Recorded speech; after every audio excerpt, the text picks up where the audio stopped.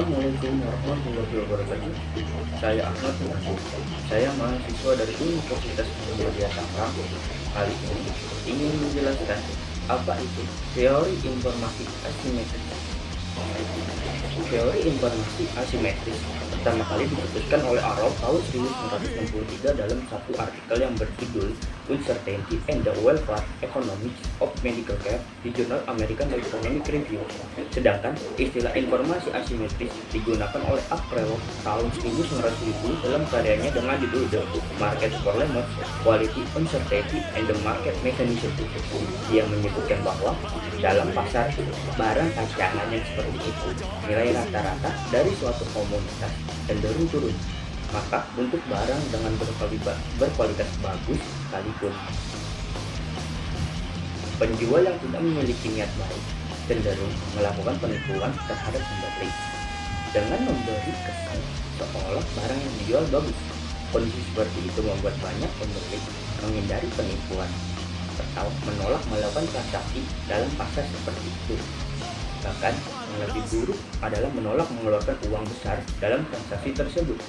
Akibat hal tersebut, penjual yang benar-benar menjual barang dengan kualitas bagus menjadi tidak laku karena hanya dinilai murah oleh pembeli. Hingga akhirnya pasar justru dipenuhi oleh barang dengan kualitas buruk. Itu sangat diperlukan adanya kejujuran informasi yang diberikan antara satu pihak dengan pihak yang lain di dalam hal ini penjual dan pembeli. Menurut Arrow tahun 1970, sejumlah penelitian menunjukkan bahwa pengungkapan atas laporan keuangan dapat mengurangi informasi asimetris. Informasi akuntansi yang berkualitas berguna bagi investor untuk menurunkan ketidakseimbangan informasi.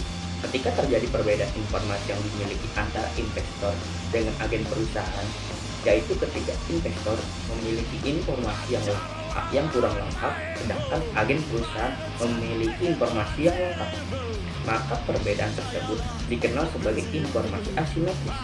Informasi asimetris dapat menyebabkan adanya kerugian bagi pihak investor, sehingga regulator selalu meminta agar perusahaan yang telah terdaftar di pasar bursa untuk melakukan transparansi dan mengumpulkan seluruh informasi yang dimilikinya agar tidak ada pihak yang dirugikan.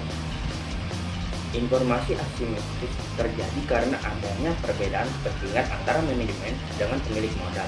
Menurut Suwardono tahun 2014 mengatakan bahwa informasi asimetris adalah di mana manajemen sebagai pihak yang lebih menguasai informasi dibandingkan investor atau kreditor. Karena manajemen dan investor atau kreditor merupakan pihak-pihak yang hubungan kedua pihak tersebut dipandang sebagai hubungan keagenan. Dikhawatirkan akan terjadi asimetris informasi antara kedua pihak tersebut dengan manajemen sebagai pihak yang lebih menguasai informasi.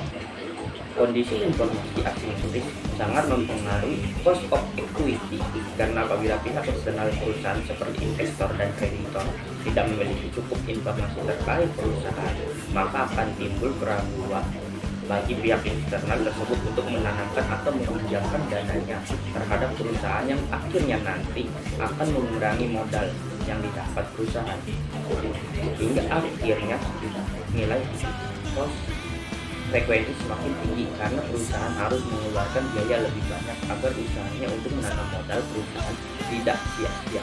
Sebaliknya, apabila pihak eksternal perusahaan mengetahui secara lengkap tentang kondisi perusahaan, maka hal tersebut akan semakin memantapkan para pihak eksternal dalam mempertimbangkan untuk menanamkan atau meminjamkan dananya terhadap perusahaan, sehingga nilai cost of equity juga semakin kecil. Selain variabel dependent cost of equity, teori informasi asimetris tercermin melalui variabel independent asymmetric information. Apabila ketimpangan informasi antara pihak manajemen dengan pihak eksternal, terutama bila informasi mengenai perusahaan yang dimiliki oleh pihak eksternal lebih sedikit dibandingkan informasi yang dimiliki manajemen perusahaan, apakah kondisi tersebut lebih banyak merugikan perusahaan terkait usahanya menambah modal?